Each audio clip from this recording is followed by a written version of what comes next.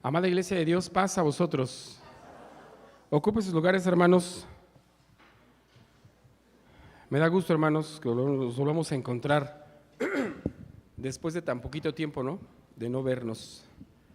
Gracias a Dios esta semana, ¿verdad? Tuvimos la oportunidad de encontrarnos constantemente, hermanos. Y es bueno, hermanos. Yo creo que son oportunidades que Dios nos da, porque no siempre estamos estudiando todos los días, ¿o sí? Así que esta semana pues fue especial, porque sí, gracias a Dios, prácticamente todos los días, ¿verdad? Todos los días desde el jueves pasado hasta hoy no hemos parado, ¿verdad? De estar estudiando, de estar meditando en la palabra de Dios. Y es bueno, hermanos. Hacíamos esa pregunta en la mañana, que qué es lo que nos puede acercar más a Dios. ¿Ustedes creen que esto nos acerque más a Dios? ¿Sí? ¿Estaremos más cerca de nuestro Dios, estar viniendo todos los días a la iglesia y escuchar la palabra de Dios? Pues claro que sí, por supuesto que sí, hermanos. Lo importante es que lo que escuchemos y lo que estemos aprendiendo, pues lo llevemos a la práctica, ¿verdad? Hay muchas enseñanzas y eso nos mantiene, mis hermanos, más cerca. Yo sé que vamos a extrañar estos días, ¿verdad? Vamos a decir, ay, ahora ya se me hizo muy largo y regresar otra vez a estudiar. Entonces es bueno, hermanos, para que el día de mañana, si Dios nos da la vida, estemos acercándonos a seguir estudiando, no esperemos a volvernos a encontrar el próximo sábado. Entonces tengamos esta buena costumbre de estar meditando. Esa va a ser una de las invitaciones que vamos a hacer, ¿verdad? Que mañana también lo hagamos y mañana, como dicen por ahí, ¿no? Y al otro día y al otro día, porque tenemos esa oportunidad ahorita, ya lo hicimos una semana y nos va a ser más fácil, ¿no les parece?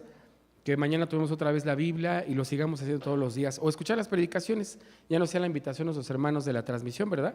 Han estado nuestros hermanos trabajando mucho en preparar las predicaciones en la plataforma, así que las podemos estar volviendo nuevamente a escuchar, o escuchar alguna que no hayamos prestado atención, pero hoy no, eso que sea mañana, ¿verdad? Y en la semana. Hoy nos vamos a dedicar, mis hermanos, a volver a regresar a nuestras lecciones sabáticas. Después de un par de semanas ya estamos de regreso, hermanos, con la lección número, ¿qué lección nos toca hoy? Así es, la lección número 3, y esta se titula Antonomasia. Nos encontramos, hermanos, estudiando estas figuras de retórica, así es, y una lección interesante, hermanos, un estudio muy importante lo que representa la retórica. Y antes de empezar me gustaría iniciar con unas palabras.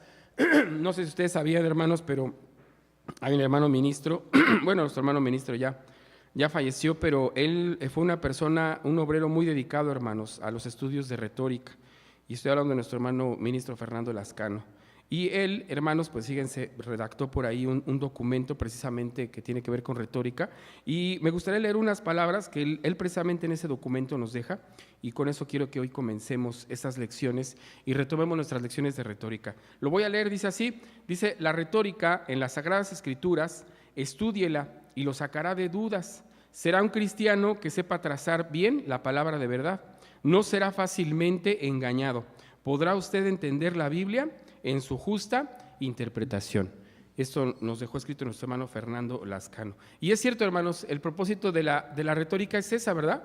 El que podamos entender, el que no nos podamos confundir. A mí me parece sorprendente que el hombre conoce ya tantas formas de interpretar la literatura, ¿no? Hay tantos medios que escriben la literatura, a través de la poesía, a través de la prosa, a través de, bueno, tantas formas, pero cuando llegan a la Biblia, ¿qué creen que pasa? Se pierden, ya no entienden, ya no comprenden. Ayer nuestro hermano Abraham nos hacía reflexionar eso, ¿verdad? Ya no comprenden y ya empiezan a encontrar contradicciones. Y lo menciono porque hoy precisamente vamos a tocar algunas citas bíblicas que pareciera así, hermanos, como que nos está diciendo cosas que son difíciles de entender. Pero recuerden las palabras que leímos, ¿verdad? La retórica, ¿para qué es? Para que tracemos, ¿qué cosa? Bien la palabra de Dios, y para que no seamos, ¿qué? Fácilmente engañados, sino que podemos dar una interpretación correcta a las Escrituras. Y de hecho así nos dice nuestro objetivo, ¿verdad? ¿Qué dice el objetivo que tenemos el día de hoy? Conocer la figura de retórica llamada antonomasia e identificar la aplicación que se le da en la Biblia. Y nos inicia, hermanos, nuestra reflexión con una cita en el libro de los Salmos, una cita en el libro de los Salmos que de hecho vamos a ver algunas referencias que vamos a encontrar también en el Nuevo Testamento. Y vamos a ver esta cita, Salmos capítulo 82, Si ya lo leyeron, hermanos, pues yo creo que saben la reflexión a la que hoy vamos a entender. Y si no, pues vamos a hacerlo, vamos a leerlo todos juntos, el Salmo número 82. Nos piden leerlo hasta el versículo número 7. Salmo número 82 es la lectura bíblica de esta mañana, del versículo número 1 al versículo 7. Y si ya la encontraron la cita, la tienen en su Biblia, les pido que se pongan de pie, porque los voy a invitar a que todos juntos lo leamos.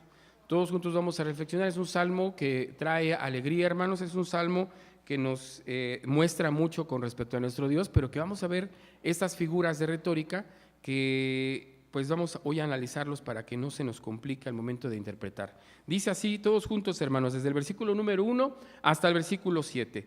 Dice: Dios está en la reunión de los dioses, en medio de los dioses juzga. ¿Hasta cuándo juzgaréis injustamente y aceptaréis las personas de los impíos? Defended al pobre y al huérfano, haced justicia al afligido y al menesteroso, librad al afligido y al necesitado, libradlo de mano de los impíos. No saben, no entienden, andan en tinieblas, vacilan todos los cimientos de la tierra. Yo dije: vosotros sois dioses e hijos todos vosotros del Altísimo. Empero como hombres moriréis y caeréis como cualquiera de los tiranos. Amén. Ocupen sus lugares.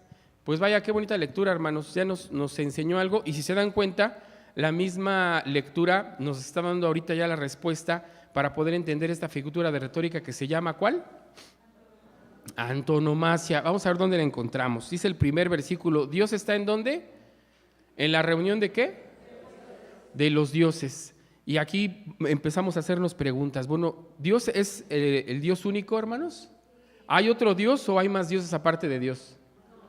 Pero aquí dice que Dios está en la reunión de los dioses. Aquí está, dice que está en la reunión de los dioses. Y es importante que reflexionemos, porque primero dijimos que no hay otros dioses. Entonces vuelvo a preguntar: ¿hay o no hay otros dioses? ¿No? A ver, Dios está en la reunión de los dioses. Entonces, ¿estos dioses que están aquí no son dioses? Vean cómo necesitamos analizar bien la figura de retórica, hermanos. Sí hay dioses, aquí lo dice. Y no podemos nosotros ir en contra de lo que dice la Escritura, ¿o sí? Solo que tenemos que entender a qué se está refiriendo. Porque aquí dice que Dios está ¿en dónde? En la reunión de los dioses. ¿Hay dioses? Sí los hay. ¿Qué dice el primer mandamiento, hermanos? Vuelvo a preguntar: ¿hay otros dioses o no? Sí los hay, pero no son exactamente. Muy bien, ¿son dioses qué? Son dioses ajenos. Esto es importante. Y aquí dice el versículo que Dios está ¿en dónde? En la reunión de los dioses. Recuerden, el propósito de las figuras de retórica es el que no nos confundamos, el que podamos dar una correcta interpretación, pues sobre todo porque seguramente alguien esto ya lo ha preguntado, seguramente alguien ya lo ha reflexionado, ya se ha dicho: bueno, ¿hay o no hay más dioses? Pues aquí dice que Dios está en entonces ¿hay otros dioses? Pues sí, y dice el mandamiento: no tendrás dioses ajenos. Por supuesto que en la reflexión y en el reconocimiento a Dios, ¿qué decimos? Que no hay otro Dios más que ¿quién? El verdadero Dios. ¿Quién es? El único que escucha nuestras oraciones. ¿Quién es? Así es, habrá otros dioses, pero ¿son dioses que escuchan? ¿Son dioses que, dice la Escritura, que tienen boca, pero qué? Pero no hablan. Dice que son hechos de manos ¿de quién? De los mismos hombres. Pero eso, fíjense cómo es importante entender las figuras de retórica, porque ahorita ya me fui hacia un lado de la idea del Dios, porque el Dios que aquí menciona la Escritura es otro, ¿o no? ¿Ya vieron ustedes a qué tipo de Dios se refiere el Salmo? ¿No? Lo leemos otra vez para que vean a qué tipo de Dios se refiere. No me refiero al Dios grande, sino dice dioses. ¿A qué dioses se refiere? A los que hablan, ya dijeron que a los jueces. Muy bien, vamos a leer el versículo 6 otra vez. ¿Qué dice el versículo 6? Yo dije: ¿vosotros qué? ¿Sois dioses e hijos qué? Todos vosotros del Altísimo. ¿De quién está hablando? Exacto, hermanos, cuesta trabajo. Y cuesta trabajo, les voy a decir por qué. Porque necesitamos analizarnos cómo está nuestra condición. A veces nos cuesta trabajo porque para ser llamados dioses, que dice aquí que somos, dice, vosotros sois ¿quién? ¿Hijos de quién? Entonces, fíjense el compromiso. Y dice el versículo 7, fíjense cómo el versículo 7 nos ayuda también, voy a decirlo así, a poner nuestros pies ¿en dónde? Porque alguien va a decir, ¿soy Dios? No, pues sí, soy un Dios. Pero ¿qué dice el versículo 7? Pero como hombres, ¿qué cosa? Moriréis y caeréis como cualquiera, ¿qué? De los tiranos. Entonces, ¿somos dioses o somos hombres? Vean ustedes cómo el analizar las figuras de retórica nos ponen en esta situación. ¿Y por qué nos hace esta reflexión? Porque, digo, no hemos entrado a la lección. El propósito de esta lectura es ponernos ¿a qué, hermanos? A estudiar. Necesitamos estudiar. ¿Somos dioses? ¿No lo somos? ¿De quién está hablando? ¿Está hablando de nosotros? ¿Está hablando alguien dijo que jueces, ¿verdad? Que si estaba hablando de jueces. Y al final dice el versículo 7, que como hombres, ¿qué cosa? Moriréis. Entonces, como que pareciera que somos una especie de Dios, pero no el Dios Todopoderoso. De hecho, hay algunos hermanos que puntualizan el versículo 1, dice, Dios está en la reunión de los dioses, y la palabra Dios, ¿cómo está escrita? Con una mayúscula, ¿ya se dieron cuenta? Y la palabra Dios es no.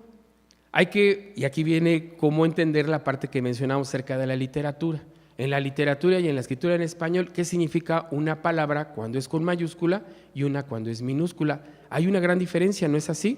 Normalmente cuando vemos una mayúscula hace referencia a un nombre propio y cuando lo vemos con minúscula se refiere a algo completamente diferente.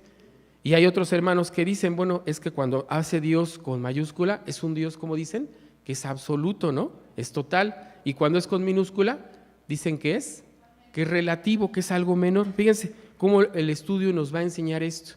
Ese es el propósito, hermanos, de esta cita, porque nuestra lección no está enfocada a estudiar esta lección, estamos de acuerdo, pero sí a entender las figuras. Aquí hay una figura de retórica que se llama, ya sabemos cómo se llama, ¿cómo se le llama? Ahorita vamos a profundizar en la lección, porque dice que Dios está en la reunión de los dioses, pero más abajo dice que vosotros sois dioses e hijos ¿de quién? Del Altísimo. Y luego dicen, pero como hombres moriréis y caeréis como cualquiera de los tiranos. ¿Quiénes son los tiranos, hermanos? Una persona, sí, es un malo, pero ¿qué es un tirano? Una persona que ¿qué? Es una persona que tiene un cargo, ¿cómo? Es un cargo importante, es una persona que gobierna o no.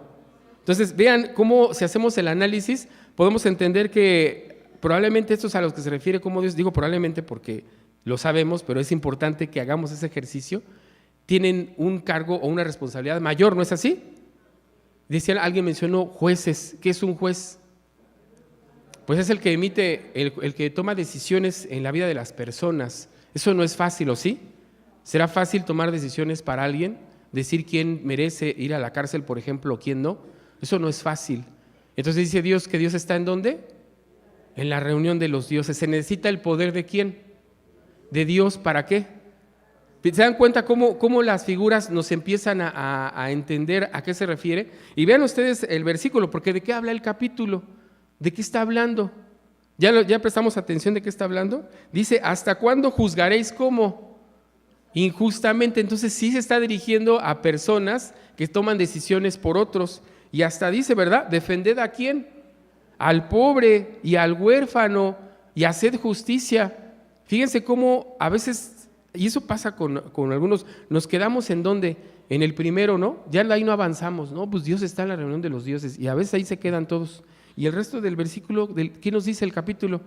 Pues nos está dando mucha información, hermanos. Nos está hablando de la importancia que es, la responsabilidad que significa tener, hermanos, el conocimiento de Dios.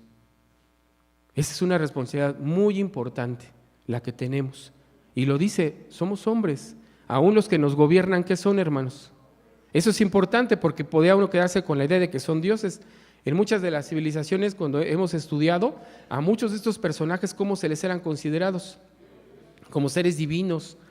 Podemos empezar con el César, en el caso de los romanos, y con otros personajes aquí en América que así eran considerados como intocables, ¿verdad? Como personas que no se les podía decir si se equivocaban, ¿qué cosa? Por ahí hemos reflexionado, bueno, en algunos estudios donde precisamente hay escritos donde a esos personajes pues no se les podía decir nada malo. Nada malo se les podía decir, sino todo lo que escribieron algunos antiguos, algunos escritores, normalmente siempre exaltaban el trabajo maravilloso. Pero fíjense que es interesante que hay unos escritores que, ¿qué creen? No siguieron esto y escribieron de estos hombres como lo que son, ¿qué cosa? Hombres. Y conocemos muchas atrocidades y conocemos comportamientos de todos estos personajes que fueron como cualquiera de nosotros, hombres con errores, con problemas, con dificultades. Y nos damos cuenta que la Escritura, ¿qué cosa? Pues tiene razón. Dios está en la reunión de los dioses, dice. Y con sabiduría uno tiene que juzgar, pero ¿qué dice? Pero como hombres moriréis y caeréis como cualquier tirano si no hacemos la voluntad de ¿quién? Si no se juzga ¿con qué? Con justicia. ¿Con la justicia de quién? Eso es importante. Con la justicia de Dios, no de los hombres. Bien, ¿qué reflexión hicimos de este capítulo? Y todavía no hemos entrado a la lectura. Pero es importante, hermanos, esto nos deja las figuras de retórica. Vamos a adentrarnos, hermanos, porque se nos vaya a ir el tiempo, pero es importante hacer esto. Insisto, hay mucho más que estudiar con respecto a este capítulo, este salmo, pero el propósito es el que precisamente conozcamos las herramientas de la retórica, como esta que es la antonomasia, para poder entender que hay varias formas de entender o de ver que hay nombres, sobre todo nombres que nos pueden llegar a confundir. Y otro caso es nuestra cita bíblica, nuestra lectura, nuestro versículo para memorizar, porque el versículo para memorizar también parece que hay un juego como de palabras, ¿no? Que es lo mismo. Alguien se puede preguntar, bueno, ¿qué está pasando? Aquí vemos que Dios está en la reunión de los dioses y nos responde, ¿verdad? Que vosotros sois dioses e hijos todos vosotros del Altísimo. Lo resalto porque eso nos está dando la respuesta a que es una figura de antonomasia. Ahorita la lección lo menciona, hermanos, la lección lo menciona a qué se refiere. Pero vamos al versículo para memorizar. No lo menciono porque sé que algunos de ustedes lo traen de memoria, ¿cierto? Ya se llevaron el micrófono, ¿verdad? Creo que ya tienen por allá a nuestro hermano. Muy bien, gracias a nuestro hermano Procuro, ya tiene el micrófono. Así que, hermanos, quienes hayan preparado su versículo para memorizar, vamos a recordar esta cita. Es una cita que vale la pena tener en nuestra memoria. Y así que voy a pedir a nuestros hermanos, iniciamos del lado derecho, quienes lo tengan, se pongan de pie y, hermanos, nos mencionemos nuestro versículo para memorizar. Adelante. Y dijo Jehová a Satán: Jehová te reprenda, oh Satán. Jehová que ha escogido a Jerusalén te reprenda. ¿No es este tizón arrebatado del incendio? Zacarías 3:2. Amén.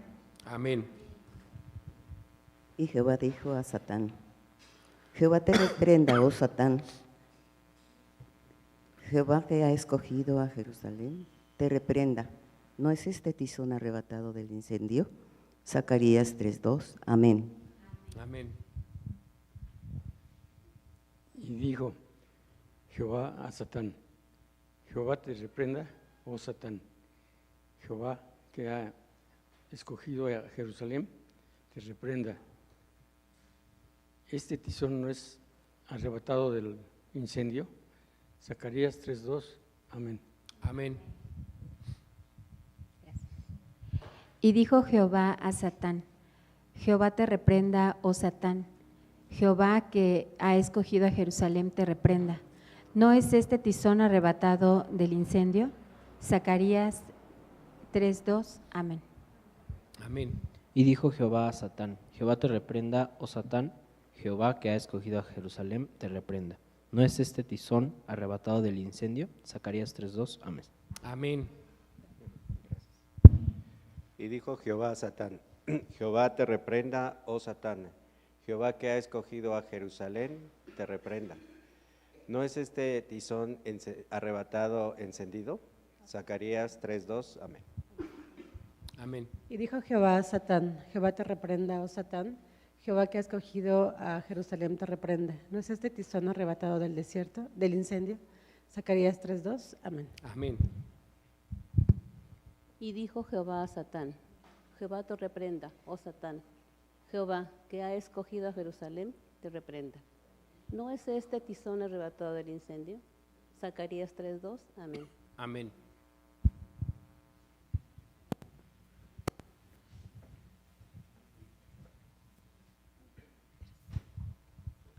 Y dijo Jehová a Satán: Jehová te reprenda. Jehová te reprenda, oh Satán. Jehová que ha escogido a Jerusalén, te reprenda. ¿No es este tizón arrebatado del incendio?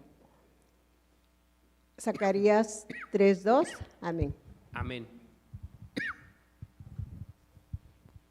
Y dijo Jehová a Satán, Jehová te reprenda, oh Satán, Jehová que ha escogido a Jerusalén te reprenda. ¿No es este tizón arrebatado del incendio? Zacarías 3, versículo 2, amén. Y dijo Jehová a Satán, Jehová te reprenda, oh Satán, que ha escogido a Jerusalén, te reprenda. ¿No ha sido este tizón arrebatado del incendio? Zacarías 3:2, amén. Y dijo Jehová a Satán, Jehová te reprenda, oh Satán, Jehová que ha escogido a Jerusalén te reprenda. ¿No es este tizón arrebatado del incendio? Zacarías 3:2, amén. Amén. Bueno, vamos ahora con los hermanos del lado izquierdo para que continuemos, hermanos, con el versículo para memorizar. Pasa a vosotros, hermanos. Pasa a vos. Y dice así el texto de memoria. Y dijo Jehová a Satán, Jehová te reprenda, oh Satán, Jehová te reprenda, Jehová que ha escogido a Jerusalén, te reprenda. ¿No es este el tizón arrebatado del incendio? Zacarías capítulo 3, verso 2, amén.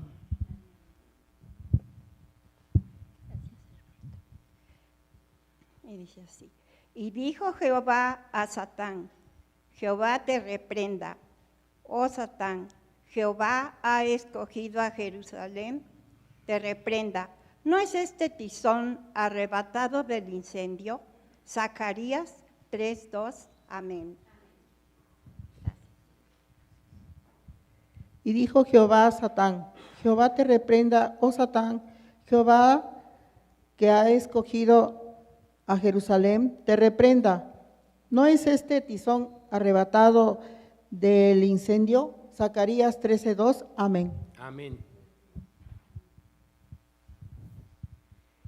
Y dijo Jehová a Satán, Jehová te reprenda, oh Satán, Jehová que ha escogido a Jerusalén, te reprenda. ¿No es este tizón que ha sido arrebatado del incendio? Zacarías 3:2, amén. Amén. Y dijo Jehová a Satán, Jehová te reprenda, oh Satán, Jehová que ha escogido a Jerusalén, te reprenda. ¿No es este tizón arrebatado del incendio? Zacarías 3:2, amén. Amén. Y dijo Jehová a Satán, Jehová te reprenda, oh Satán, Jehová que ha escogido a Jerusalén, te reprenda. ¿No es este tizón arrebatado del incendio? Zacarías 3:2, amén. Amén. Y dijo Jehová a Satán, Jehová te reprenda, oh Satán, Jehová que ha escogido a Jerusalén, te reprenda.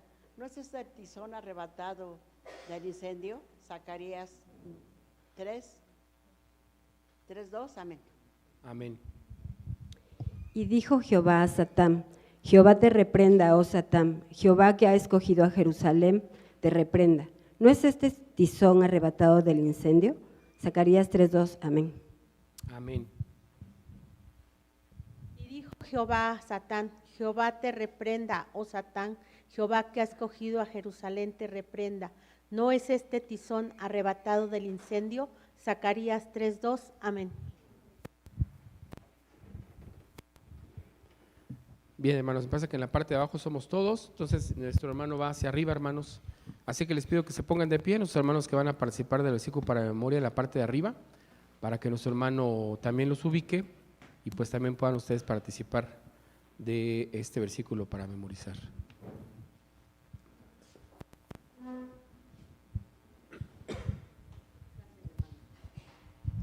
Y dijo Jehová a Satán, Jehová te reprenda, oh Satán, Jehová el que ha escogido a Jerusalén, te reprenda. ¿No es este tizón arrebatado del incendio. Zacarías 3:2. Amén. Amén.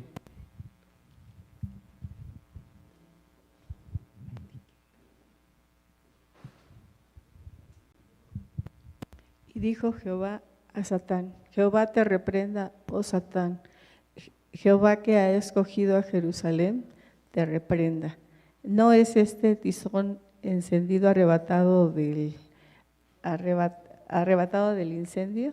Zacarías 3:2. Amén. Amén. Y dijo Jehová a Satán: Jehová te reprenda, oh Satán. Jehová que ha escogido a Jerusalén te reprenda. ¿No es este tizón arrebatado del incendio? Zacarías 3:2. Amén.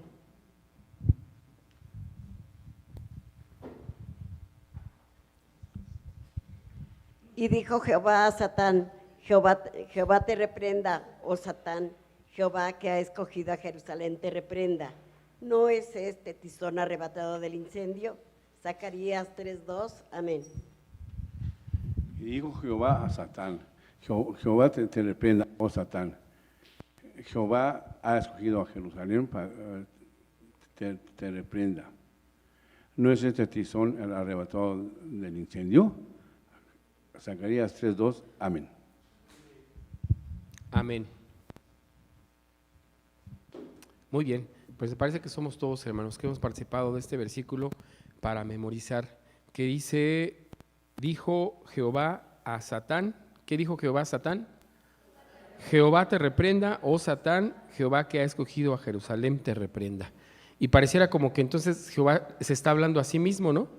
Porque dice Jehová, dijo Jehová a Satán, o sea que Jehová le dijo a Satán que él mismo lo iba a reprender. Eso nos hace preguntar, ¿verdad?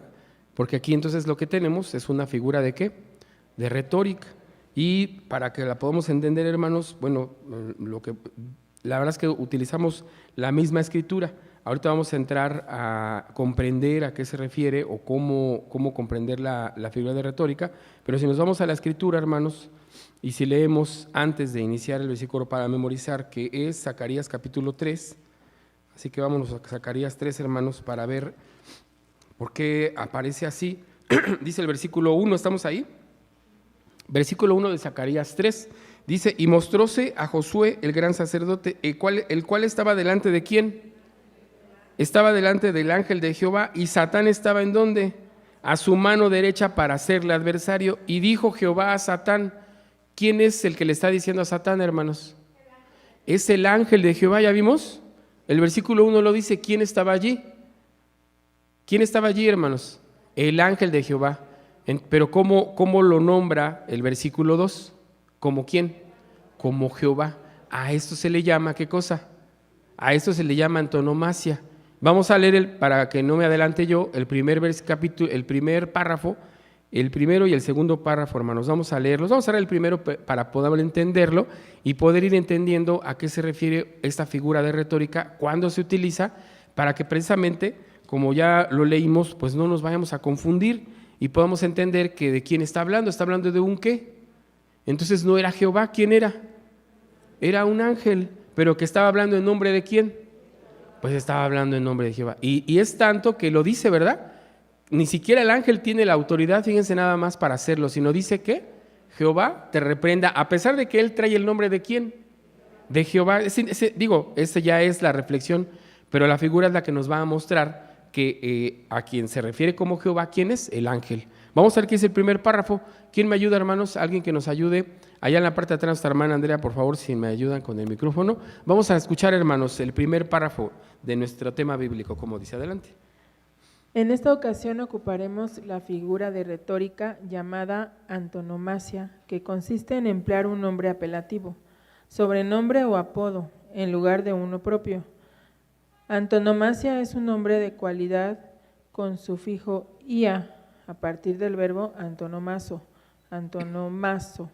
que significa llamar por un nombre sustitutorio en lugar de o a cambio de. Gracias, hermana. Pues ahí está, hermanos, el concepto que hace referencia a antonomasia. Esta es una palabra griega. Es una palabra griega que utiliza esta palabra de Antón, que ¿en qué otra palabra la escuchamos? ¿Qué palabra recuerdan ustedes que empieza así con Antón? Antónimo. ¿Y qué es un antónimo? Ahí es donde viene la raíz, para poder que es antonomasia, hace referencia en lugar de otro nombre diferente, ¿no es así? Es diferente, entonces a eso se refiere y dice es en lugar de o a cambio de. Entonces ya podemos entender ahora que el libro de los Salmos utiliza la palabra dioses, cuando ya vimos de qué está hablando, en la palabra dioses. De jueces, ¿no? Ya vimos que está hablando de personas que tienen autoridad, ¿no? Para hablar de justicia. Entonces, por antonomasia son llamados como dioses. Y en el caso de Zacarías, el ángel es llamado por antonomasia como Jehová. Utiliza su nombre en lugar. Y tiene un propósito, estamos de acuerdo. La razón por la que se utilizan estas palabras de retórica tienen un propósito. Dice de una manera muy llana que es para embellecer, ¿verdad? Así se nos dice que es para embellecer las palabras, pero no solamente es para embellecer, sino es para comprender el sentido de lo que el versículo con palabras está profundizando. Hay mucha profundidad cuando se utilizan estas figuras, va mucho más allá de lo que el mismo versículo dice. Porque quiere profundizar a detalle, hermanos, el escritor en este caso. Vamos a leer el siguiente párrafo porque el siguiente párrafo tiene relación. Adelante nuestra hermana, mi hermano, si me ayuda aquí adelante con nuestra hermana para prestar atención al siguiente párrafo que también nos ayuda a entender esta idea de lo que estamos platicando.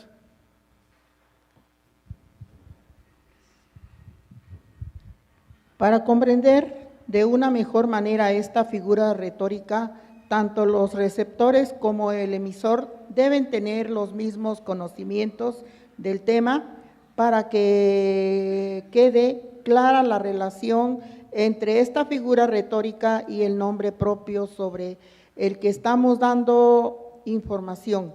Por ejemplo, en los 4 evangelios y en las epístolas del apóstol Pablo se aplican a Jesús varios títulos que tienen que ver con su obra o con la relación que tiene con Dios. Por ejemplo, se le llama Hijo de Dios, Hijo del Hombre o simplemente Hijo. Y a través de todas esas expresiones se hace referencia a Jesús. Amén. Gracias a nuestra hermana. Pues así es importante entonces que podamos entender a qué se refiere estas figuras. Y por eso el libro de los Salmos, la lectura que nos pusieron hermanos, nos ayuda muy bien, porque ya vimos que cuando está hablando acerca de los dioses, la misma lectura menciona, ¿verdad? Está hablando de personas que qué cosas están haciendo, que juzgan y que están juzgando bien o juzgan mal. Pues tal parece que no lo hacen bien, ¿verdad? Porque le está diciendo, protejan a quien, al pobre y con la justicia de Dios, y les hace ver que son hombres, ¿no es así? Y que como hombres pueden cometer errores como personas como de tiranos, ¿no? Un tirano pues hace referencia a una persona que pues toma sus decisiones en base a sus propósitos, no en base a lo que necesitan los demás. Entonces seguramente no va a ser la justicia de Dios.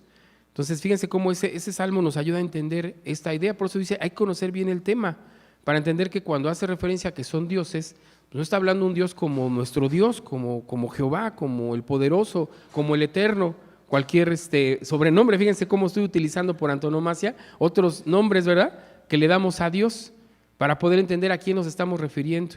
Y fíjense cómo enriquece más nuestro hablar, sobre todo en nuestro lenguaje español. La verdad es que voy a serlos honestos, yo no he profundizado si estas figuras de retórica, me imagino que sí existen en otras lenguas, pero lo estamos analizando desde el lenguaje en español. Nuestra Biblia está escrita en español y desde ese punto estamos estudiando estas figuras, cómo tienen una profundidad, y por supuesto que en sus lenguas originales también deben tener un sentido retórico, por supuesto, porque el lenguaje pues es humano, ¿verdad? Nada más que con diferentes lenguajes. Entonces, esta figura nos enseña a entender esta idea, dice, y cómo pues un personaje puede adquirir otros nombres, ¿no? ¿Qué personaje nos menciona este párrafo? ¿A quién menciona? ¿A quién nos menciona, hermanos? A Jesús, menciona a Jesús, y fíjense cómo este nombre Jesús ¿lo podría tener cualquier persona? ¿Cualquier persona se podría llamar Jesús? Pues sí, ¿cuántos de nosotros no conocemos a Jesús? Hermanos, amigos, primos, ¿no es así?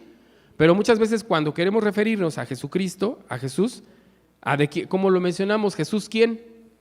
El Hijo de Dios, ¿no? Entonces ya vean cómo requerimos de otros títulos para poder referirnos a Él, y estamos haciendo uso de esta figura de retórica que se llama antonomasia.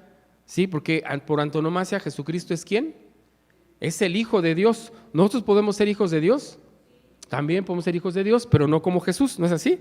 Por eso el título es importante. Jesús, y hasta dice el mismo párrafo, se le puede llamar como, no nada más hijo de Dios, sino también hijo de ¿quién? Hijo de hombre. ¿Y nosotros no somos hijos de hombre? Pues también, pero cuando se hace referencia a Jesucristo, ya adquiere un título muy especial, Hijo de Dios, Hijo del hombre, o el Hijo, ¿no? Cuando ya damos el nombre del Hijo, ya sabemos de quién están hablando, ¿de quién? Pues de Jesús, está hablando de Jesús entonces. Eso es importante esta reflexión.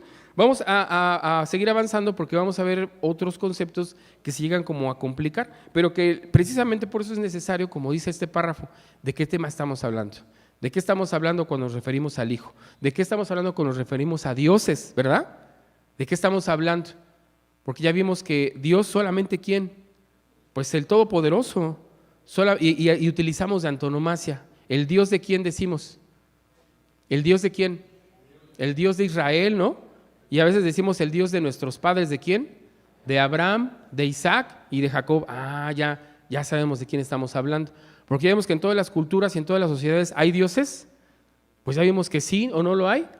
Y alguien podría estar allá afuera hablando a su Dios, y ¿a qué Dios se refiere, no? Puede ser otro Dios de otro lugar. Entonces, es el Dios de Israel. Es el Dios de dioses, ¿no? También decimos. El Dios Todopoderoso, el que no tiene, ¿qué decimos? No tiene imagen, ¿o sí? No tiene imagen. ¿No es hecho con manos de qué?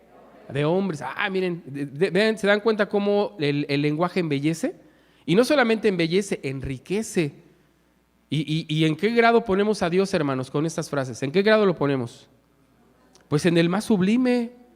Y hacemos notar que está sobre ¿qué? Sobre todo. ¿Ven? Ahí es donde ejercemos esta figura. Ahí, exacto, ahí está la figura, hermanos, es único. Y es por antonomasia, ¿no? También, el decir que es único. Vean ustedes cómo se utilizan estas frases. Ese es entonces, conocer esta figura, dice, nuestro objetivo, y entender e identificarlo.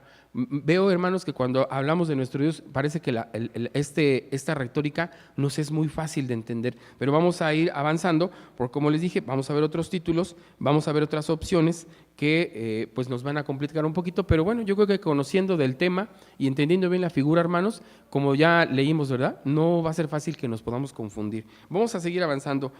¿Nos apoya alguien más con la lectura? Adelante, nuestra hermana Jocabed, tenemos varias manos. Empezamos con nuestra hermana Jocabed, después nuestra hermana Esmirna y arriba nuestra hermana también quiere participar. Vamos a leer el siguiente párrafo, hermana. Gracias. Una de las primeras veces en que el mismo Dios le da el título de Hijo al Señor Jesús es cuando se presentó para ser bautizado, según Marcos 1 al 11. Posteriormente fue llevado al desierto y Satanás reconoce al Señor Jesús diciendo: si eres el Hijo de Dios, échate abajo porque está escrito. Mateo 4:6. Es decir, a unos demonios lo reconocían como Hijo de Dios, según Marcos 3 del 10 al 12. Y en la transfiguración nuevamente Dios lo reconoce como Hijo, según Mateo 17:5. Gracias, mi hermana. Muy bien, pues aquí ya nos está confirmando y reconociendo en varias citas que Jesucristo es ¿quién? ¿Quién es Jesús? Es el Hijo de Dios y así se le llama. O sea, lo interesante es que, por ejemplo, en Mateo 4:6, que es la cita que aquí nos dice, si eres ¿quién? El Hijo de Dios, entonces échate abajo, porque está escrito, ¿verdad? Que, bueno, ahorita si quieren leemos la cita para complementarlo, pero a lo que vamos es que este personaje se refiere a Jesús como ¿quién? Como el Hijo de Dios, y después también en Marcos 1:11, ¿verdad? Cuando dice, ¿este es quién? Vamos a recordar un poco estas citas, hermanos, para no pasar por alto las lecturas. Marcos capítulo 1:11, después de que Jesucristo, hermanos, sale de las aguas, después de que es bautizado, dice la cita, y hubo una voz en los cielos que decía, tú eres mi Hijo amado, en ti tomo contentamiento. Entonces, es llamado ¿cómo? Hijo, ¿por quién? Pues por Dios. Y entonces, en Mateo 4:6, nuevamente Mateo 4:6 lo confirma, dice el versículo, y le dice, si eres hijo de Dios, échate abajo, que escrito está, a sus ángeles mandará por ti, y te alzará en las manos para que nunca tropieces con tu pie en piedra. Y aquí lo menciona como ¿quién?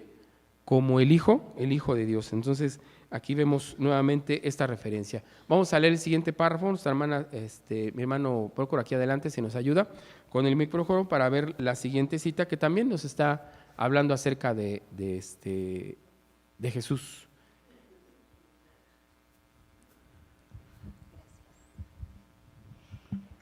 Dice así, cuando en Romanos 1:9 el apóstol Pablo menciona al Hijo, es indudable que se refiere al Señor Jesús. De igual forma, cuando leemos Daniel 7 del 9 al 14, entendemos que se hace referencia al Señor Jesús, cumpliéndose lo que dice Lucas 19:12. Gracias, mi hermana. Vamos a ver esa cita.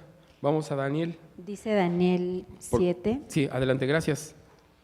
Estuve mirando hasta que fueron puestas sillas y un anciano de grande edad se sentó, cuyo vestido era blanco como la nieve y el pelo de su cabeza como lana limpia, su silla llama de fuego, sus ruedas fuego ardiente.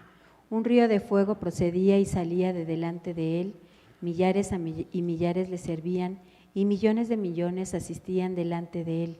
El juez se sentó y los libros se abrieron. Yo entonces miraba a causa de la voz de las grandes palabras que hablaba el cuerno, miraba hasta tanto que mataron la bestia y su cuerpo fue deshecho y entregado para ser quemado en el fuego. Había también quitado a las otras bestias su señorío y les había sido dada prolongación de vida hasta cierto tiempo. ¿Es hasta qué versículo? Hasta el versículo 14. Miraba yo en la visión de la noche y he aquí en las nubes del cielo como un hijo de hombre que venía y llegó hasta el anciano de grande edad e hiciéronle llegar delante de él. Y fuele dado señorío y gloria y reino y todos los pueblos, naciones y lenguas le sirvieron. Su señorío, señorío eterno, que no será transitorio y su reino que no se corromperá. Amén. Amén. Bien, aquí de hecho habla de varios personajes, ¿verdad? Pero precisamente estamos leyendo esta cita porque fíjense lo importante de la figura de retórica. Si alguien leyera esto sin tener previamente ese conocimiento, tal vez no estaría entendiendo de qué está hablando. Aquí menciona, menciona a un anciano, ¿verdad? Un anciano de grande edad, pero el versículo 13, que creo que es el que nos va a centrar nuestra atención, dice, miraba yo en las visiones y aquí en las nubes de los cielos, ¿como qué? Como un hijo de hombre que venía y llegó hasta ¿dónde?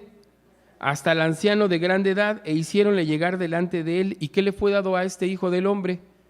Todos los señoríos ¿de qué? Aquí dice que es Jesús su nombre. Fíjense cómo la antonomasia nos ayuda. No está hablando de Jesús, pero está hablando del hijo de quién? Del hombre. Entonces empezamos a entender que a este personaje ¿qué le fue dado? ¿Qué dice? Que el poder dice que le va a ser dado todos los reinos, ¿no? Y que su reino ¿qué cosa? No sé qué. No se corromperá. Fíjense cómo nos empieza a dar unos elementos importantes para que nos podamos entender que está hablando de un personaje que a través de este anciano de grande edad le es dada la autoridad. Y para que nos ayude todavía a comprenderlo más, nos da otra cita, ¿no es así? ¿Qué cita nos da, hermanos? Marcos, ¿no es así? Vamos a ver lo que dice Marcos. Marcos capítulo 3. Marcos capítulo 3, versículo 10. Dice así, lo voy a leer yo, dice Marcos capítulo 3, versículo 10, porque había sanado a muchos, de manera que caían sobre él cuantos tenían las plagas. Dice, y los espíritus inmundos, al verlo, se postraban delante de él y daban voces diciendo, ¿tú eres quién? El Hijo de Dios, mas él les reñía mucho que no les manifestase. ¿Cómo lo reconocían, hermanos? ¿Como quién? ¿Y quiénes lo estaban reconociendo? ¿Quiénes lo reconocían? Dice el versículo. ¿Quiénes? ¿Los espíritus qué? Los espíritus inmundos, hermanos. Entonces vean aquí cómo empezamos a ir conectando a Jesucristo como el Hijo de Dios, como este Hijo del hombre, que le van a ser dados todos estos reinos, ¿no? Y que su imperio, ¿cómo va a ser? Bueno, su reinado, dice que va a ser sin corrupción. Todo lo contrario que con los hombres sucede, ¿no? Los hombres vivimos épocas ahorita, hermanos, pues ya conocemos cómo está la tierra, está corrompida, pero aquí nos está diciendo que va a haber un hijo de hombre o un hijo de Dios que se le va a dar todo. ¿Y quién es? Es Jesús. Por antonomasia, entonces, ¿Jesús es quién? Es el Hijo de Dios, es el Hijo del hombre, es este personaje al que se le va a dar ¿qué cosa? Todos los reinos, ¿sí? Es lo que nos dice el párrafo, ¿no? es lo que nos dice, como así lo dice.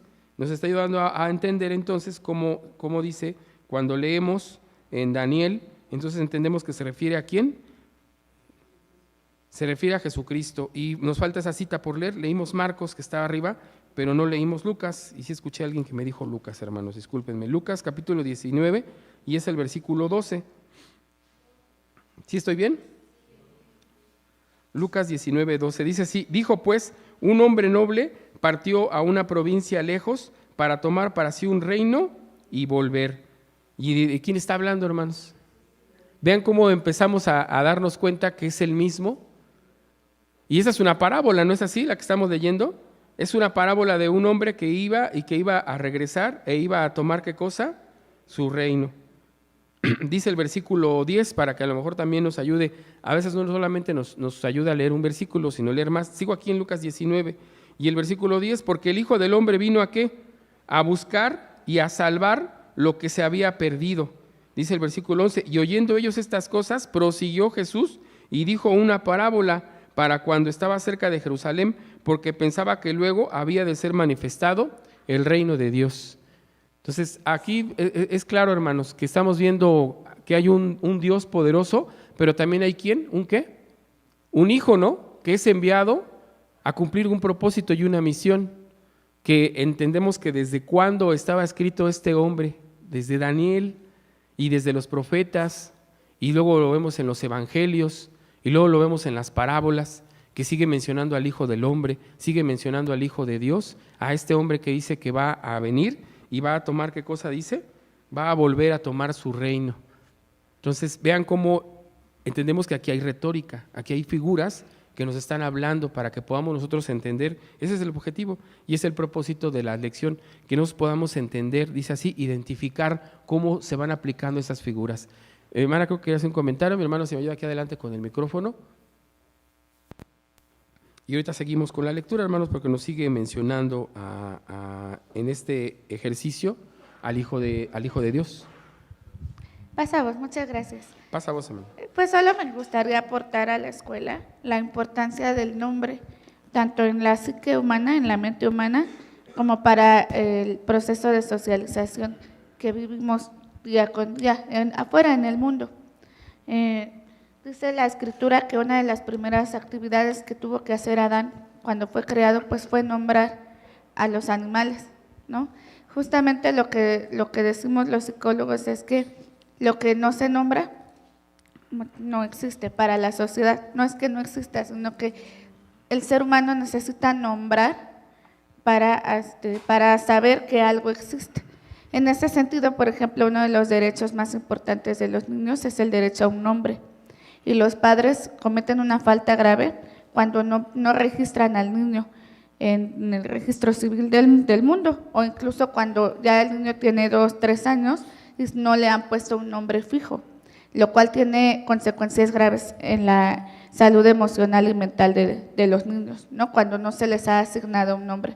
Entonces, para nosotros como seres humanos, nuestra mente que nuestro Dios hizo, es muy importante el nombrar. El nombre nos da una existencia dentro del lenguaje, el nombre nos permite existir. Por lo tanto, en ese contexto, lo que no está nombrado no existe. Y a mí me parece importante porque nuestro Dios lo sabe. Y toda la Escritura está cargada de momentos en donde Dios te da un nombre, como Abraham, por ejemplo, deja de ser Abraham y lo llama ahora Abraham, ¿no? Porque en ese nombramiento nos otorga cualidades. Entonces, a mí me parece, pues, corríjanme si no es correcto, que esta figura de retórica nos permite conocer las cualidades o características que nuestro Dios quiere que sepamos, ¿no? En este caso, pues mencionábamos en el Salmo que Dios está en la reunión de los dioses, pues aquellos que al menos dentro de este mundo, pues hay gente que tiene mucho poder, ¿no? Se dice la Escritura, porque el Dios de este siglo no se refiere a nuestro Dios, sino se refiere a otra entidad. Entonces, a mí me parece muy significativo esto del nombramiento, porque forma parte de nuestra mente y forma parte de cómo se construyen los procesos cognitivos de aquello que no se nombra no existe. Y entiendo entonces ahora la molestia de los fariseos en los evangelios cuando Jesucristo, o llamaban a Jesucristo el Hijo del Hombre, porque decían, ¿cómo es posible que se autonombre, que Él se autonombre? Los fariseos decían que es el Hijo del Hombre que estaba anunciado en Daniel. O sea, para los fariseos era una falta gravísima que a Jesús le dieran el nombramiento del Hijo del Hombre, cuando para los fariseos pues era tenía que ser otra entidad, no podía ser ese nazareno carpintero que ni siquiera había ido a la escuela, ¿no? Entonces, bueno, pues esa es mi aportación. Muchas gracias. Sí, gracias. Muchas gracias, nuestra hermana. Pues sí, comentaba, ¿verdad?, que nos ayuda a poder entender otras cualidades, ¿verdad?, a través de esta figura de antonomasia. Le pido a mi hermano si nos apoya en la parte de arriba, mi hermano, que nuestra hermana Gloria también quería leer, para que nos ayude, mi hermana, entonces, con la lectura del siguiente párrafo. Como ya dice nuestra hermana, pues aquí vamos a seguir viendo esas cualidades a las que se hace referencia. En este caso, pues seguimos hablando de Jesucristo.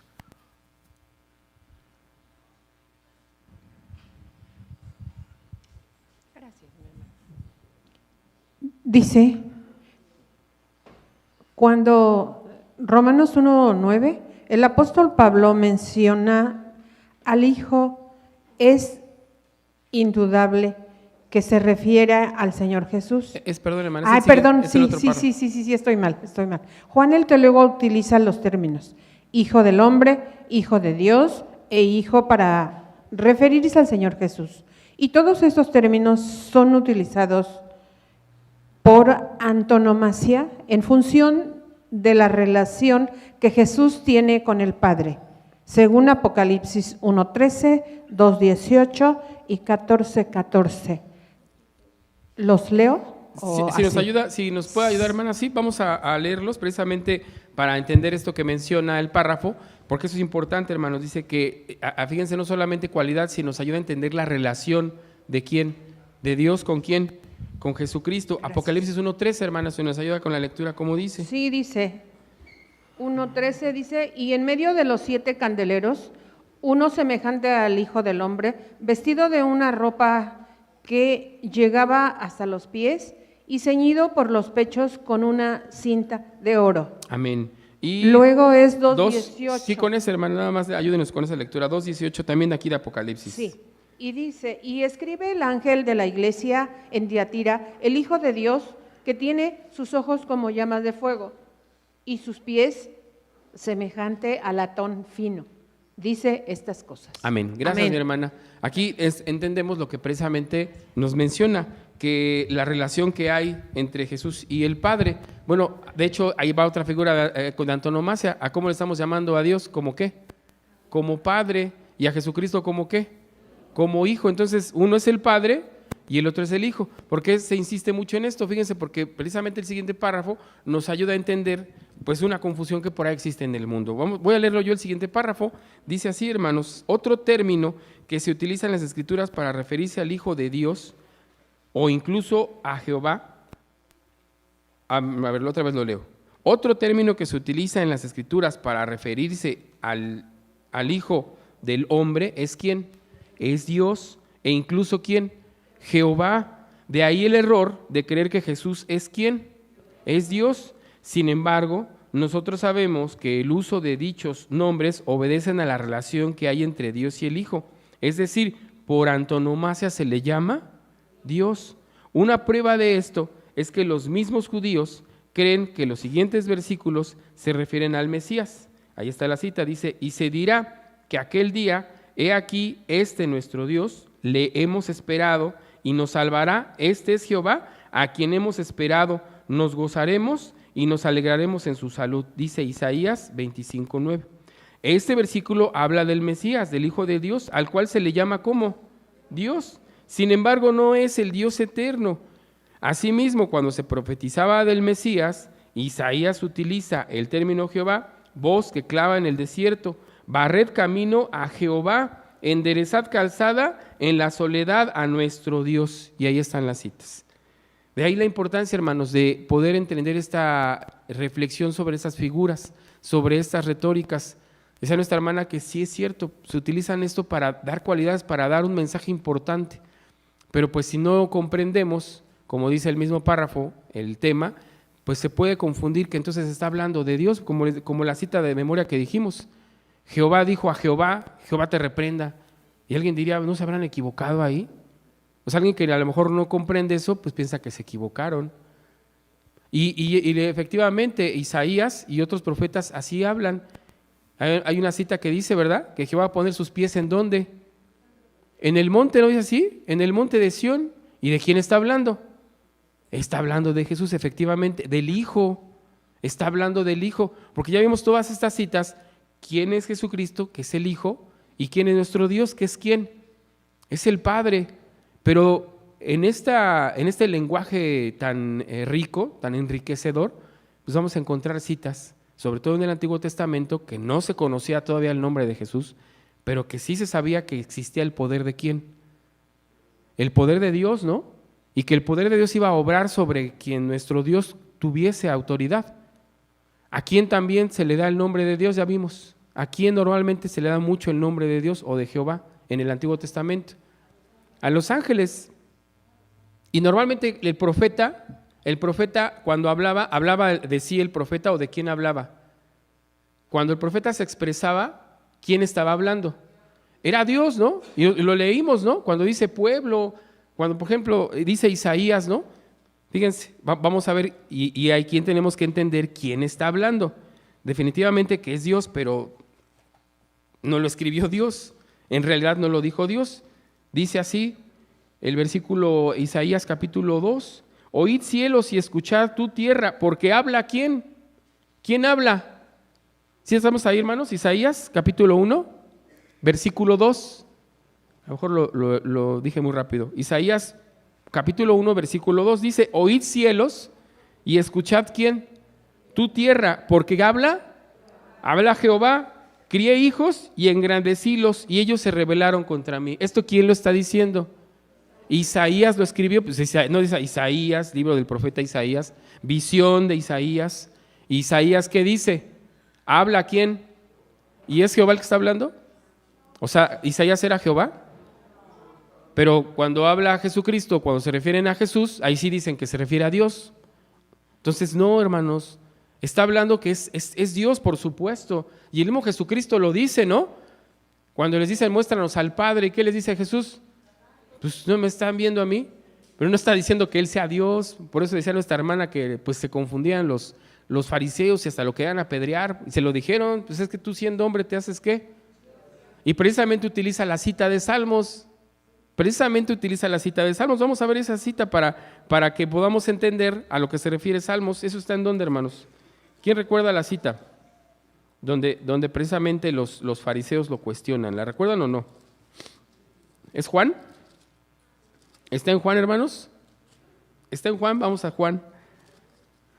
Precisamente es en Juan donde esta situación se presenta. Ahorita les digo la cita. Es Juan capítulo, me parece que es el 10. Sí, Juan 10, vamos a Juan 10. Precisamente aquí ocurre lo que sea nuestra hermana.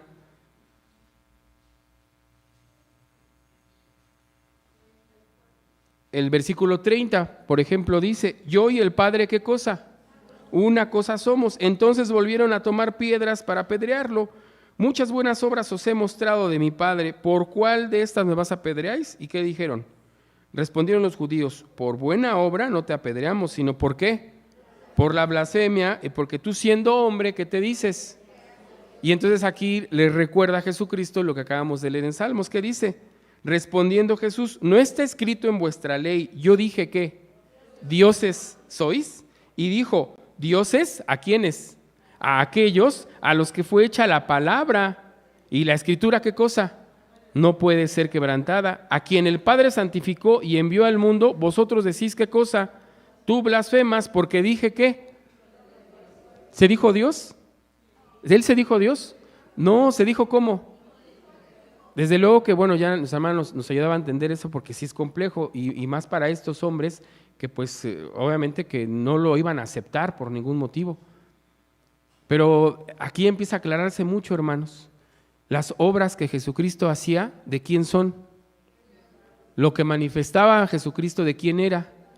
Exacto, pero no era Dios, era Jesús. Es como Isaías, el que está hablando, ¿quién es? Es Dios, pero no es Isaías el que lo está expresando. Fíjense cómo la figura entonces de antonomasia empieza a tener mucho sentido. Donde la figura de antonomasia, ya lo leímos, hace referencia a títulos, hace referencia a nombres, para que podamos darle más fuerza y entender.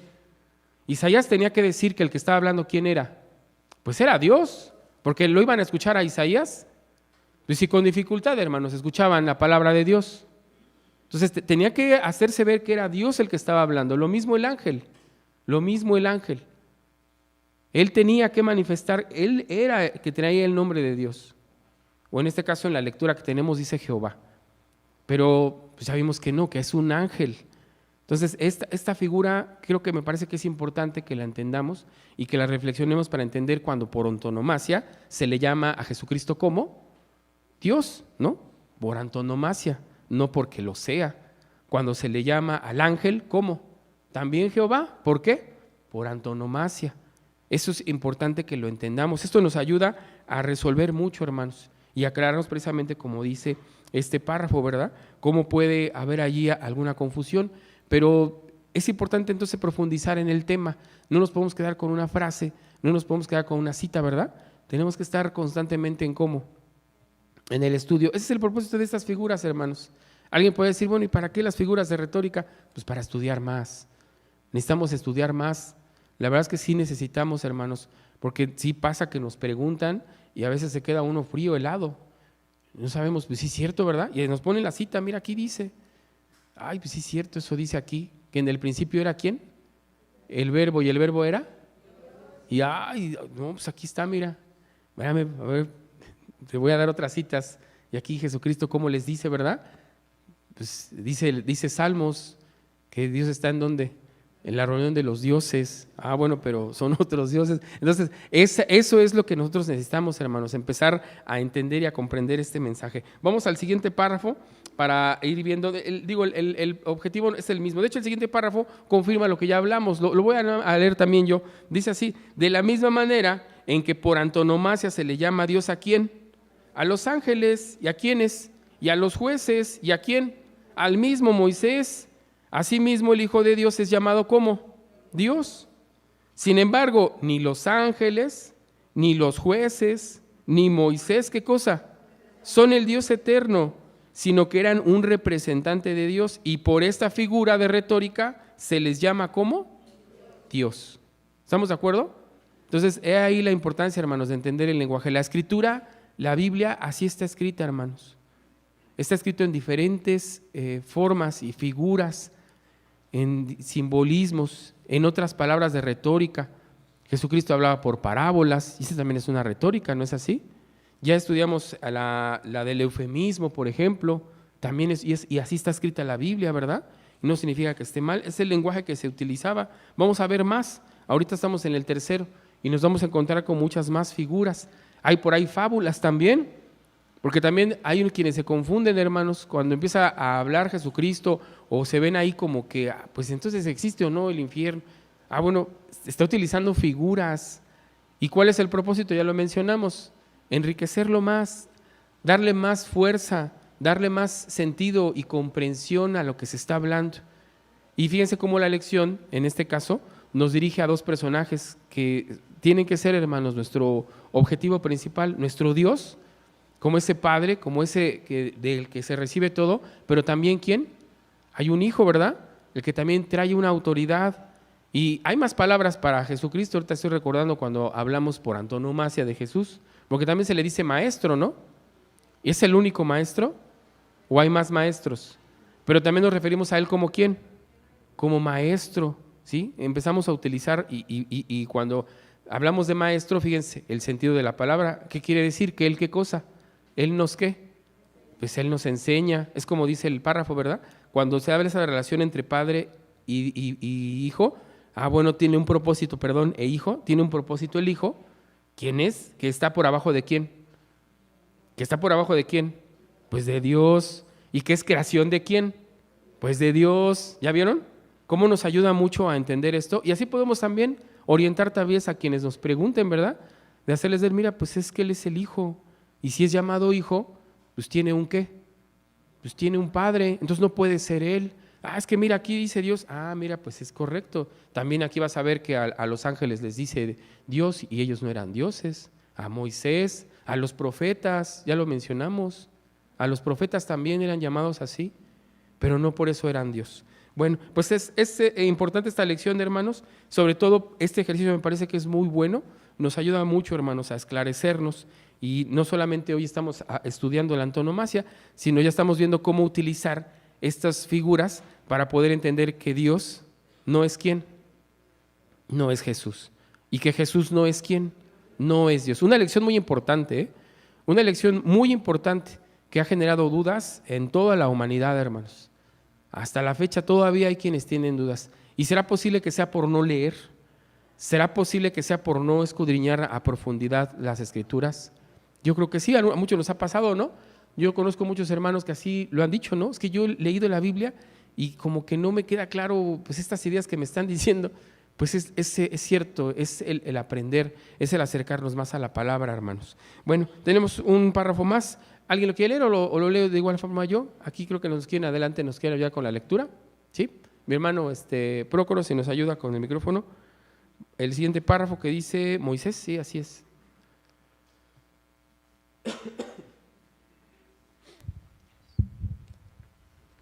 Moisés y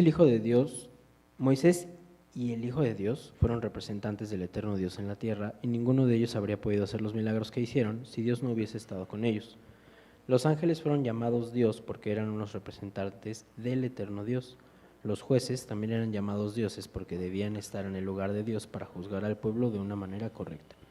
Gracias, muchas gracias, hermano. Bien, pues fíjense cómo la figura nos ayuda a llegar a este punto, que son quienes, dice, representantes. Vamos a leer Juan, vamos a recordar, hermanos. Sí es importante que leamos las citas para que también pues recordemos lo que dice Juan capítulo 3, ¿verdad? Dice ahí. Dice Juan capítulo 3 que podamos entender que sin el poder de Dios no hubiese sido posible que hubieran logrado todo lo que hicieron. Dice, vino a Jesús de noche y dijo, Rabí, sabemos que has venido de Dios, ¿qué cosa? Por maestro, porque nadie que pueda hacer esas señales que tú haces, nadie las pudiera hacer si no fuere, ¿qué? Dios con él. Así es. ¿Quién dividió la mar, hermanos? Moisés. ¿Pero lo hubiese podido hacer sin el poder de Dios? Pues no, porque Dios le dijo a Moisés que lo hiciera, ¿o no? Entonces sí fue Moisés, hermanos.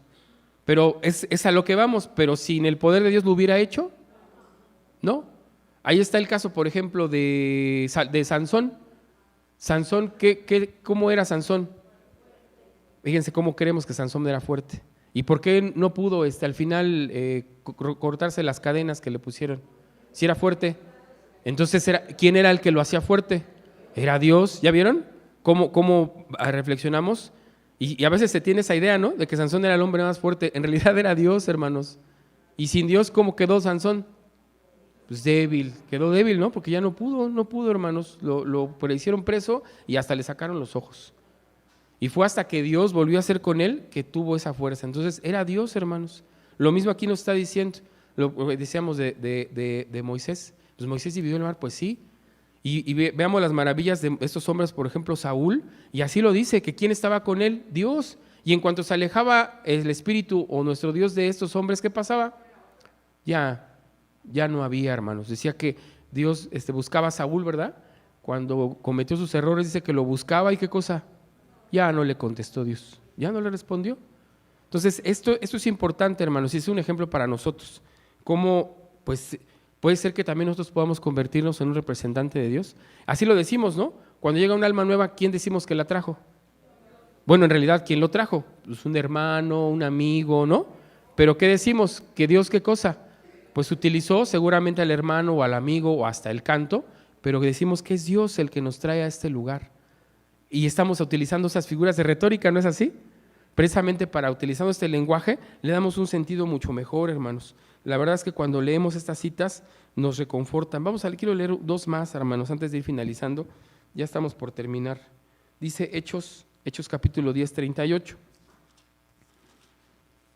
las citas que nos da el cuaderno. Dice, cuanto a Jesús de Nazaret, como le ungió Dios del Espíritu Santo y de potencia, el cual anduvo haciendo bienes y sanando a todos los oprimidos del diablo, porque Dios era con él. ¿Sí? ¿Estamos de acuerdo, hermanos? Y bueno, ya por razones de tiempo, Hebreos nos habla precisamente también de esos personajes y el libro de las crónicas acerca de los jueces. ¿Quién estaba allí, hermanos? Estaba nuestro Dios. Entonces, es Dios, hermanos, el que se encuentra en todo tiempo. El último párrafo lo leo, es pequeño. Dice, de manera que al Señor Jesús, por antonomasia, le llamamos ¿cómo? Salvador, Redentor, Intercesor, Hijo de Dios, Hijo del hombre, y se le dio un nombre que es sobre todo nombre. ¿A quién también se le llama Salvador, hermanos? ¿A quién, aparte de Jesucristo, a quién también se le ha dicho Salvador? Al mismo Dios, ¿no? ¿A Moisés no se le dijo también Salvador? ¿A Josué no también era Salvador? Por antonomasia, ¿estamos de acuerdo? Por antonomasia, a lo mejor, si ya cuando utilicemos esta frase quizás cambie el sentido, ¿no? Ah, sí, cierto. Pues también a Dios, pues no quiere decir, a veces se utiliza esa lógica rara, ¿no? Pues si Dios es Salvador y Salvador es Jesús, pues entonces Dios es Jesús. ¿Eso es correcto? Pues no, es por antonomasia. Por antonomasia Dios es que es Salvador, y también ¿quién?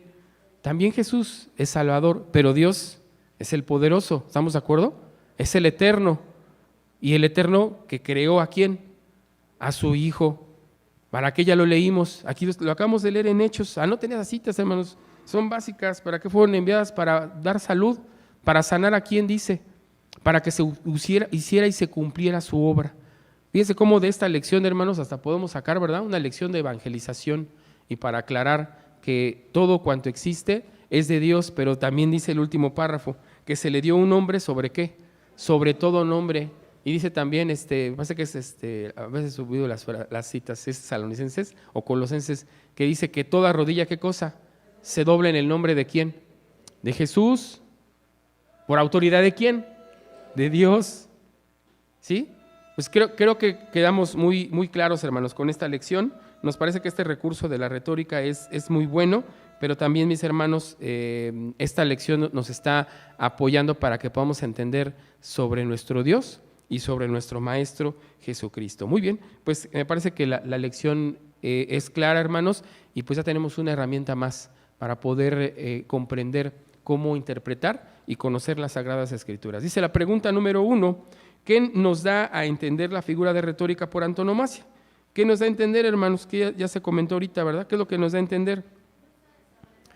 Pues nos da a entender el sobrenombre, nos da a entender a mayor a detalle, ¿verdad? Del personaje, ya lo vimos, nos da más cualidades, ¿no? Acerca de quien se nos está mencionando para poder, pues, engrandecer, en este caso, por ejemplo, el nombre de Dios o el nombre de Jesucristo. Y de hecho se utiliza, la palabra por antonomasia se puede utilizar para cualquier personaje, ¿no? Hay personajes en la historia de la humanidad que se conocen no nada más por su nombre de pila, sino por su sobrenombre, por ejemplo. Ahí es donde entra la antonomasia. Por eso es tan importante este recurso. Llamar al Señor Jesús como el maestro de Galilea, ¿será antonomasia? Así es, sí era el maestro, era maestro, ¿no es así? Y también era de Galilea, ¿no? No significa que era el único, pero sí, cuando referimos a Jesús, es por antonomasia, precisamente para fortalecer más, hermanos, la idea de nuestro maestro. Cite un ejemplo de una aplicación de una antonomasia utilizado en la Biblia. Bueno, se mencionaron ya algunas, pero ¿a mi hermana va a comentar una? ¿Perdón? ¿Me salté la 3? Ay, sí, cierto. No era la 3, ¿verdad? Entonces, la 3, ¿qué dice la 3, hermanos? Llamar a Satanás, sí, gracias, hermana. Llamar a Satanás el dragón, ¿será antonomasia? Así es, correcto, muy bien, sí, es por antonomasia. Gracias, ahora sí, la 4. Y a lo mejor hasta con la 3 nos ayuda. Cite un ejemplo de una aplicación de antonomasia utilizando en la Biblia. ¿Con qué otro nombre se le conocía a Satanás? La serpiente antigua, ahí es por antonomasia. También a Jesucristo, ¿qué otro nombre se le daba, hermanos? El Hijo del Hombre, ¿cuál otro? Mesías, ya se mencionaron. ¿Uno más, uno diferente?